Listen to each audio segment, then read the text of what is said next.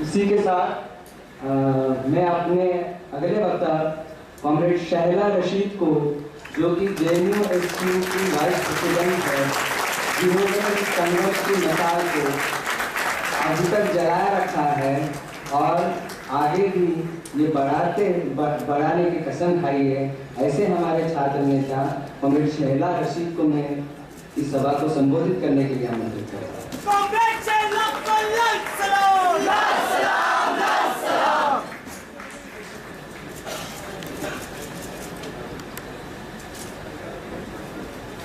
सभी साथियों को सतरंगी सलाम। हमारे सभी ऑर्गेनाइजर्स का मैं शुक्रिया अदा करना चाहती हूँ कि हम लोगों को आपने एक मंच पर लाया और एक मंच पर हम लोग आज एक एजेंडे की तरफ बात कर रहे हैं। थोड़ा अफसोस जरूर है क्योंकि कॉमरेड डोनाता प्रशांत हैदराबाद सेंट्रल यूनिवर्सिटी से, वो हमारे बीच में नहीं है, लेकिन इश्यूज आर अलाइव। वो मुद्दे जिनके साथ में कॉमरेड डोनाता प्रशांत अपनी बात यहाँ पर रखते, मुझे लगता है उन इश्यूज को भूलना नहीं चाहिए, बल्कि काफी कम रिप्रेजेंटेशन अगर आप देखें तो है यहाँ पे। हम लोग कुछ यूनिवर्सिटीज को रिप्रेजेंट करते हैं, Jawaharlal Nehru university, Hyderabad central university, FTII, Allahabad university, इन सारे यूनिवर्सिटीज का रिप्रेजेंटेशन तो आ गया, लेकिन देश भर में जो यूनिवर्सिटीज हैं, जो कॉलेज हैं, जहाँ पे यूनियन नहीं है, जहाँ पे छात्रों को यूनियन बनाने का अधिकार नहीं है, अपने आप को पॉलिटिकली ऑर्गेनाइज करने का अधिकार नहीं है, अगर वो लोग यूनियन बनाते हैं उनको बाहर किया जाता है कॉलेज से, उनको धमकी दी जाती है कि तुम्हारे साथ में एकेडमिक विक्टिमाइजेशन होगा। उनकी बात कौन करेगा? हम लोग परसिक्यूटेड जरूर हैं। हमारे एक साथी हैदराबाद सेंट्रल यूनिवर्सिटी में जिनको अपनी जान देने पर मजबूर किया गया, हमारे 3 साथी जवाहरलाल नेहरू यूनिवर्सिटी में जिनको अरेस्ट किया गया, 6 लोगों पर सेडिशन लगाया गया। हैदराबाद सेंट्रल यूनिवर्सिटी में ही कम से कम 25 छात्रों को, 2 शिक्षकों को और एक मीडिया पर्सन को अरेस्ट किया गया। FTII में बार-बार पुलिस ने घुस करके अरेस्ट किए लोगों को, गांजा बेचने के इल्जाम में, माओवादी होने के इल्जाम में बदनाम किया। उन लोगों की बात कौन करेगा? हमें अपने कंसर्न्स में उन सब लोगों की बात करनी पड़ेगी। ये मूवमेंट जिस तरह की शेप लेने का पोटेंशियल रखता है, ये मूवमेंट एक इंडियन स्टूडेंट मूवमेंट बनने की क्षमता रखता है और वहां तक इसको हमको ले जाना पड़ेगा। मैं सबसे पहले आप सब लोगों को कांग्रेचुलेट करना चाहूंगी क्योंकि डॉक्टर संदीप पांडे जो बनारस हिंदू यूनिवर्सिटी में शिक्षक थे और उनको वहां की एडमिनिस्ट्रेशन ने नक्सली बताकर, एंटी नेशनल बताकर उन्हें यूनिवर्सिटी से निकाला। ये जो आजकल का मॉडर्न सिस्टम है जिसमें हम बात करते हैं प्रोफेशनल नॉर्म्स की, हम लोग बात करते हैं स्टैंडर्ड्स की, प्रोसीजर्स की बात करते हैं, एक एक प्रोसीजर को वायलेट किया जाता है और लोगों को टारगेट किया जाता है। संदीप पांडे जैसे रिनाउंड एकेडमिशियन को, संदीप पांडे जैसे सेंसिटिव एकेडमिशियन को, जो समाज के पिछड़े तबकों की बात करते हैं, जो वर्कर्स की बात करते हैं, उनको बाहर कर दिया जाता है ताकि गजेंद्र चौहान जैसे लोगों की एंट्री की जाए। आज एक न्यूज आई, इलाहाबाद हाईकोर्ट ने डॉक्टर संदीप पांडे का जो टर्मिनेशन ऑर्डर था उसको ओवररूल किया है। ये कहा है कि इलाहाबाद यूनिवर्सिटी में वेंडेटा के बेसिस पर, बदले की भावना से, आइडियोलॉजिकल ऑपोजिशन की वजह से उनको बाहर कर दिया था और इसलिए उस टर्मिनेशन ऑर्डर को खारिज कर दिया है। ये एक छोटी सी विक्ट्री है, जैसे कई सारी छोटी विक्ट्रीज हुई। पहले कन्हैया को बेल मिली, फिर उमर और अनिरबान को बेल मिली, फिर SAR गिलानी को बेल मिली, फिर प्रोफेसर साई बाबा को बेल मिली। ये छोटी छोटी विक्ट्रीज को हमने हासिल किया, लेकिन अब हमें एक बड़ी लड़ाई की ओर बढ़ना है। मैं चंद बातें कहना चाहूंगी, ज्यादा समय नहीं लेते हुए। आप लोग जानते हैं कि IITs में फीस बढ़ाया गया, यहाँ पर IIT से कोई मौजूद नहीं है। NITs में फीस बढ़ाया गया, NIT national institute of technology सब में 300% का फी हाइक किया जा रहा है।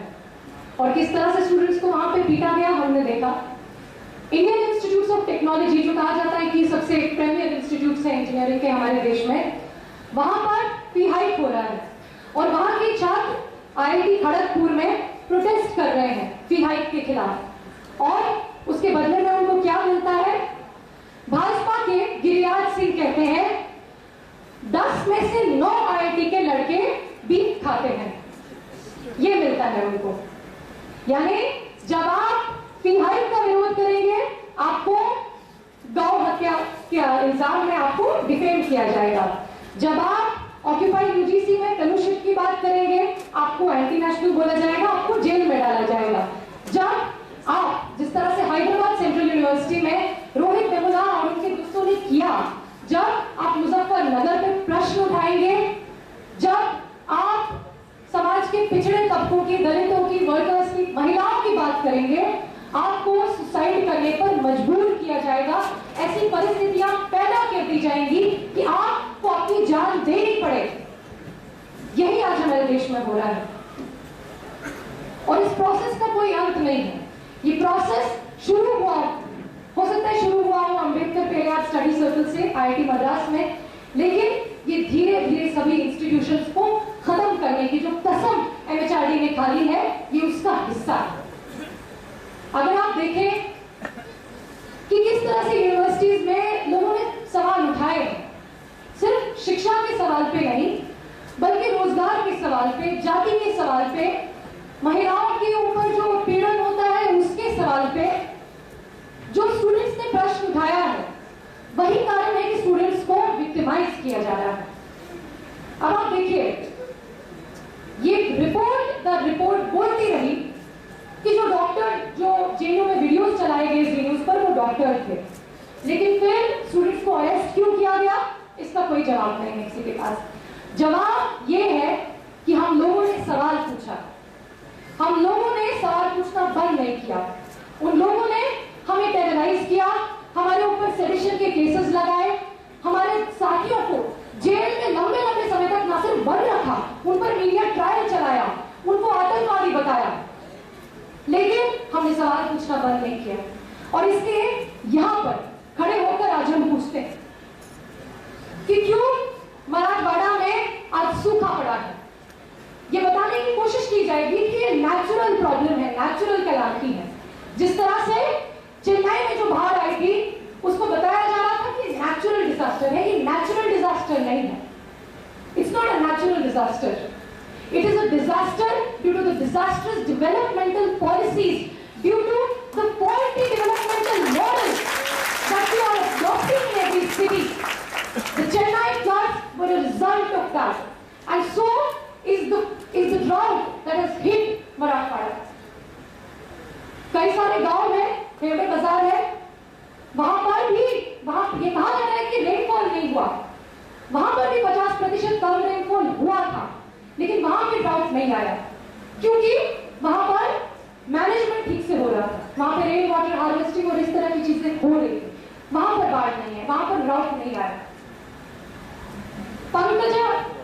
पंकजा मुंडे जो भाजपा की नेता है, वो जाकर के सेल्फी खिंचाती है पानी के साथ। इस सरकार के पास हर चीज का एक जवाब है, सेल्फी। अगर लड़कियों पर उत्पीड़न हो रहा है, सेल्फी विद डॉटर। अगर कहीं पर कोई डेवलपमेंटल प्रॉब्लम है, सेल्फी विद मोदी। अगर कहीं पर कहत आया हुआ है तो selfie with water. How ridiculous can this get? Can it get more bizarre than this? I can't imagine. जिस वक्त मराठवाड़ा में पूरा सूखा पड़ा है, देश के अन्य भागों में सूखा पड़ा है, उस वक्त हमारे प्रधानमंत्री जाते हैं, वो अपना वैक्स का स्टैचू बनाते हैं, अपना मोम का पुतला बनवाते हैं मैडम तुसाड्स म्यूजियम में। These are the priorities of our government, and these are the questions we will continue to ask. We will continue to ask why water was being diverted to IPL and to the private bungalows of all the government ministers and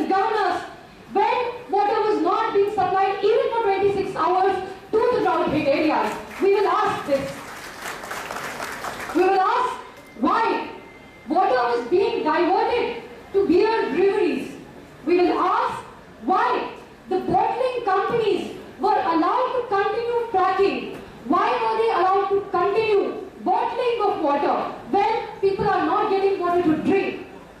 And this question was asked by people in California as well. When drought had completely hit California, at that time, Nestle was still allowed to do fracking, to bottle water. And people asked this question. The mainstream media will not show this. But people are asking these questions. All over the world right now, there is a spontaneous movement of people against these austerity measures which are forced on the people, but not on the corrupt politicians, not on people like Vijay Mallya, not on people whose names have been exposed in the Panama Papers, which no Arnab Goswami and no JNUSU is showing. पूरे विश्व में लोग खुद से आंदोलन कर रहे हैं. मैं कुछ उदाहरण देना चाहूंगी. फ्रांस में 1,20,000 लोग, हाई स्कूल स्टूडेंट्स ने शुरुआत की. हाई स्कूल स्टूडेंट्स ने इसकी पहल की. हाई स्कूल स्टूडेंट्स ऑस्टेरिटी के खिलाफ, बजट कट के खिलाफ सड़कों पर उतरे और उसके बाद वहां की आम जनता उतरी. कोई यूनियन नहीं था, कोई संगठन नहीं था, किसी भी ऑर्गेनाइजेशन के बैनर के तले वो लोग नहीं उतरे. आइसलैंड में इसी तरह का जुझारू आंदोलन करके लोगों ने वहां के प्रधानमंत्री को मजबूर कर दिया है रिजाइन करने पर. आइसलैंड के जो प्रधानमंत्री है, he has already stepped down, वो छुट्टी पर चले गए हैं. और यूनाइटेड किंगडम में लोग डेविड कैमरॉन का रेजिग्नेशन मांग रहे हैं, क्योंकि पनामा पेपर्स में ये एक्सपोज हुआ कि आइसलैंड के प्रधानमंत्री, यूके के प्रधानमंत्री, उन सबकी फैमिलीज का ब्लैक मनी स्विस बैंक्स में और टैक्स हेवन्स में बंद है. उनका मनी इलीगली देश से बाहर ले जाया जा रहा है. लेकिन हिंदुस्तान में कोई आवाज नहीं उठ रही है. कई सारे बड़े बड़े नाम सामने आए हैं जिनका पैसा देश के बाहर साइकिल ऑफ किया गया. ये उनका पैसा नहीं है, ये लोगों का पैसा है. इस बात को हमको बोलना पड़ेगा. इस तरह के कॉर्पोरेट स्कैम्स को एक्सपोज करते हुए इस बात को ये बोलना पड़ेगा कि ये लोगों का पैसा है. जिस वक्त जनता का गुस्सा विजय माल्या के खिलाफ होना चाहिए, उस वक्त आपने एक कैरिकेचर बना दिया जिसका एग्जाम्पल आपने कर दिया उमर खालिद के नाम से. पूरे देश भर का गुस्सा उमर खालिद के खिलाफ, विजय माल्या के खिलाफ नहीं. गुजरात में फार्मर्स की रैली पर उमर खालिद का वीडियो दिखाया जाता है, विजय माल्या का नहीं. पनामा पेपर्स पर कोई भी डिस्कशन नहीं है. आप सोचिए कितना बड़ा डेवलपमेंट है. आइसलैंड के प्रधानमंत्री रिजाइन ले चुके हैं, यूके में लोग रेजिग्नेशन मांग रहे हैं. पूरे विश्व में लोग पनामा पेपर्स में जो एलिगेशंस, जो सामने चीजें आई है, उस पर करप्ट पॉलिटिशियंस का रेजिग्नेशन मांग रहे हैं, जगह जगह प्रोटेस्ट कर रहे हैं. लेकिन कोई न्यूज नहीं है और हिंदुस्तान में तो कोई डिस्कशन भी नहीं है. आप लोगों ने देखा होगा किस तरह से एम्प्लॉय प्रोविडेंट फंड में इस सरकार ने जो चेंजेस की, उसको किसने रोल बैक करवाया? आपके और मेरे संगठन में नहीं. बेंगलोर में गारमेंट वर्कर्स, महिला गारमेंट वर्कर्स जो किसी भी यूनियन के अंदर ऑर्गेनाइज नहीं थे, उन लोगों ने सड़क पर उतर करके पूरी सड़क जाम करके केंद्र सरकार को चुनौती दी और ये कहा कि आप इस तरह का खिलवाड़ हमारे साथ नहीं कर सकते हैं, हमारे रोजगार के साथ नहीं कर सकते हैं. कई महीनों से ये बात चल रही थी. हमारी पार्टी का भी ट्रेड यूनियन है, उसने भी कई कार्यक्रम कराए, कई लोगों ने change.org पे पिटीशन डाला, अन्य लोग अपनी अपनी जगह आंदोलन कर रहे होंगे. लेकिन इन लोगों ने जो साहस दिखाया और उनके साथ में जो बदतमीजी हुई, उसके बावजूद जो साहस उन्होंने दिखाया, उनके गाल खींचे गए, महिला गारमेंट वर्कर्स के गाल खींचे गए बेंगलुरु पुलिस के द्वारा. ये कितनी शर्मनाक घटना है. उनको मारा गया, उनको कहा गया कि ये तो फ्रस्ट्रेटेड महिलाएं हैं. लेकिन इन्हीं लोगों को, जिनको आप फ्रस्ट्रेटेड महिलाएं कह रहे हैं, उन्होंने आपकी केंद्र सरकार को इतना फ्रस्ट्रेट कर दिया है कि एक की पॉलिसी डाइल्यूशन जो आप लाना चाहते थे, आपको रोल बैक करना पड़ा. आपको लैंड एक्विजिशन ऑर्डिनेंस को रोल बैक करना पड़ा. लोग जगह जगह आंदोलन कर रहे हैं. स्टूडेंट्स, अगर हम स्टूडेंट्स की बात करें, जिस वक्त जैसा कि कॉमरेड अभिलाषा ने कहा, कॉमरेड कन्हैया जेल में थे, कॉमरेड रामा जो जनरल सेक्रेटरी है हमारे जेएनयू स्टूडेंट यूनियन के, उन पर सेडिशन लगाया गया. I was myself awaiting arrest for one day. For one day we remained underground.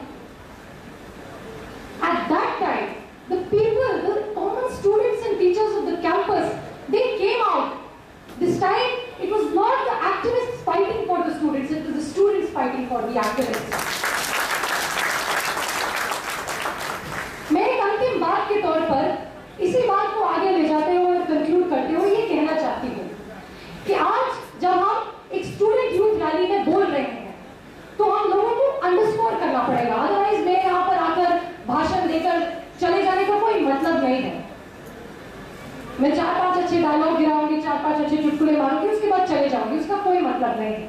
अगर हमें यहाँ से कुछ मीनिंगफुल करना है तो हमें ये करना है कि हम लोगों को जो इस वक्त जनुभार आ रहा है, जो जगह जगह से स्टूडेंट्स खुद हमें बुला रहे हैं, जगह जगह से लेफ्ट अम्बेडकराइट संगठन, एनजीओज, सिविल राइट्स ऑर्गेनाइजेशंस हम लोगों को बुला रहे हैं, हम लोगों को एक कॉमन प्लेटफॉर्म बनाना पड़ेगा, हम लोगों को इस मूवमेंट को, इस जनुभार को स्टीयर करना पड़ेगा। क्योंकि हम लोग यूनियंस में हैं, जैसा मैंने पहले कहा, देश में कई सारी यूनिवर्सिटीज में कोई यूनियन नहीं है। क्योंकि हम लोग यूनियंस में हैं, हमारे पास प्रोग्रेसिव यूनियंस है, ऑलमोस्ट मेजॉरिटी में हम अपनी यूनियंस में है, हम लोगों पर एक एडिशनल रिस्पॉन्सिबिलिटी बनती है कि ये जो जनुभार बन रहा है इसको हम लोगों को स्टीयर करना पड़ेगा।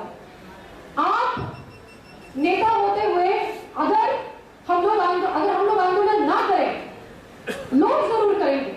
लोग अब नेताओं का इंतजार नहीं करने वाले हैं, लोग सड़कों पर आएंगे और हमारे ऊपर है, जो हम लोग उसको एक्टिविस्ट या लीडर कहते हैं, हम लोगों तक है कि हम किस तरह से उसमें अपनी भागीदारी लेंगे। क्या हम लोगों के जनुभार से एब्सेंट रहेंगे या उनके साथ में खड़े होंगे और एक प्रोग्रेसिव दिशा देंगे इस पूरे जनुभार को? क्या हम लोग इसे एक इंडियन स्टूडेंट्स मूवमेंट की शेप देंगे? और ये मूवमेंट एक यूपीए 3 के लिए नहीं होगा, इस बात को हम लोगों को जरूर बोलना पड़ेगा। This movement will not be for UPA 3। UPA जिसका नाम यूएपीए रख देना चाहिए।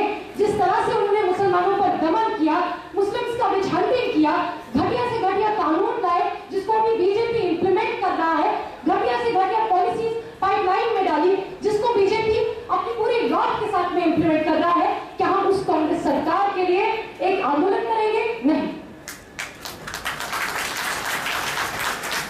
हम लोगों ने 16 दिसंबर मूवमेंट किया, हम लोगों ने एंटी करप्शन मूवमेंट किया और इससे क्या हुआ? उसका पूरा का पूरा फायदा भाजपा की सरकार ले जाती है। भाजपा की सरकार जिसका विमेन पर क्या ट्रैक रिकॉर्ड है ये आपको बताने की जरूरत नहीं है, जिसका करप्शन पर क्या ट्रैक रिकॉर्ड है ये आपको बताने की जरूरत नहीं। व्यापम सिर्फ एक स्कैम नहीं है, व्यापम लाशों का ढेर है, Vyapam is a massacre, it's not just a scam. वो भाजपा की सरकार इस पूरे मूवमेंट का, एंटी करप्शन मूवमेंट का, एंटी रेप मूवमेंट का जो उसका पोटेंशियल है उसको ले जाकर अपनी सरकार बनाती है।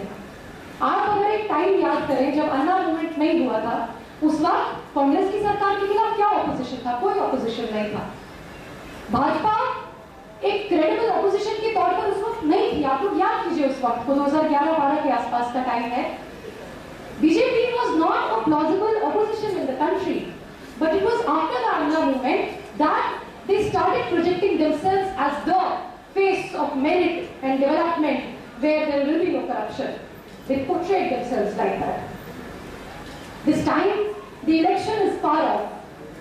There is still, until the BJP government is there till 2019, we have time.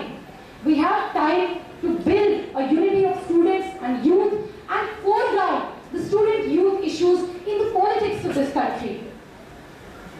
अब लेकिन ये सवाल आता है कि छात्रों का कौन सा सवाल है?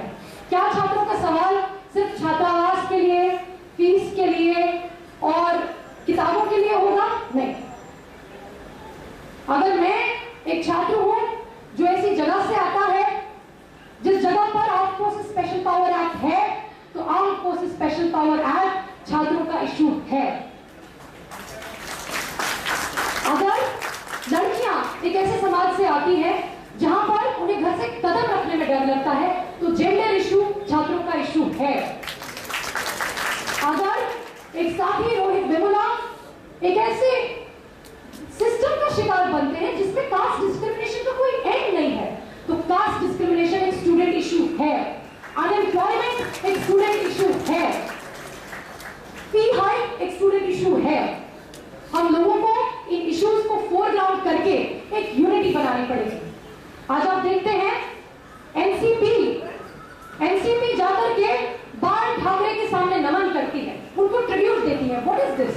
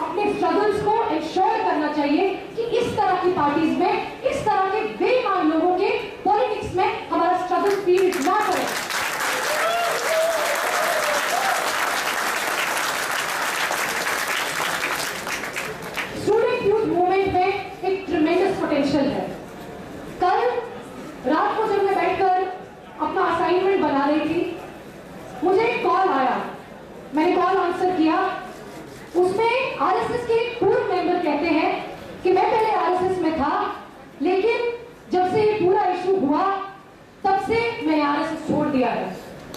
वो साथी उत्तराखंड से थे, उन्होंने मुझसे ये कहा कि मैंने कन्हैया का स्पीच, उमर का स्पीच बैठ करके अपने आरएसएस के साथियों को दिखाया और कहा कि बताओ इसमें क्या एंटी-नेशनल है। अगर वो ये साहस कर सकता है लोगों को कन्वर्ट करने का, लोगों को चेंज करने का, तो हम क्यों नहीं कर सकते?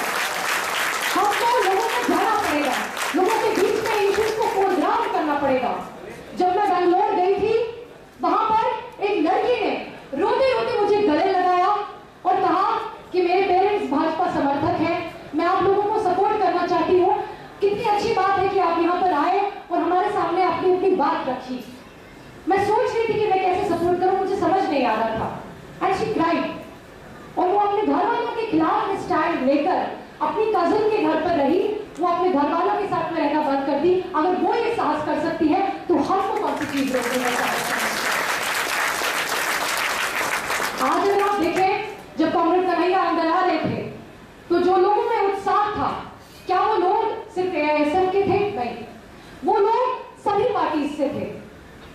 आज ये यूनिटी पार्टीज से बहुत आगे बढ़ चुकी है।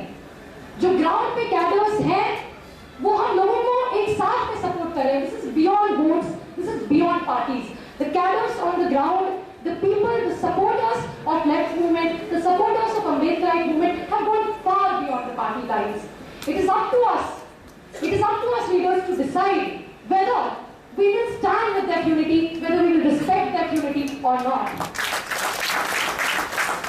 लोग साथ में मिलकर आंदोलन कर रहे हैं और वो करेंगे। हम लोगों को तय करना पड़ेगा कि हम उनके साथ में खड़े हैं या इनके साथ में खड़े हैं। क्या हम देश की 90% जनता के साथ खड़े हैं या 10% जनता के साथ खड़े हैं? हम लोगों को तय करना पड़ेगा कि क्या हम सत्ता वर्ग के साथ में खड़े हैं या उन लोगों के साथ में खड़े हैं जिन तक सत्ता की दूर दूर तक उन तक महक भी नहीं आती। क्या हम उन लोगों के साथ में खड़े हैं? हम लोगों को इस आंदोलन को आगे ले जाना पड़ेगा, जगह जगह कैंपेन करना पड़ेगा, जगह जगह जाकर लोगों तक ये बात पहुंचानी पड़ेगी कि JNU का सच क्या है, हैदराबाद का सच क्या है और इस मोदी सरकार का सच क्या है। आगे क्या प्लेटफॉर्म बनता है, 2019 के इलेक्शन में क्या होता है, हम नहीं जानते।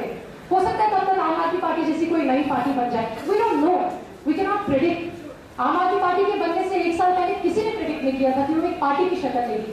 चुनाव में क्या होगा हम लोग नहीं जानते, लेकिन आज सवाल ये है कि क्या हम इस देश की पॉलिटिक्स को इतना इन्फ्लुएंस कर सकते हैं कि चुनाव में क्या प्रश्न उठेंगे कि हम लोग डिटरमिन करेंगे, कि स्टूडेंट यूथ डिटरमिन करेगा, ये आरएसएस डिटरमिन नहीं करेगा, ये शिवसेना डिटरमिन नहीं करेगी कि क्या लव जिहाद का इशू और घर वापसी के इशू पर इलेक्शन होगा या बेरोजगारी, शिक्षा नीति, कास्ट डिस्क्रिमिनेशन और जेंडर डिस्क्रिमिनेशन पर इलेक्शन होगा। ये हम लोगों को तय करना पड़ेगा।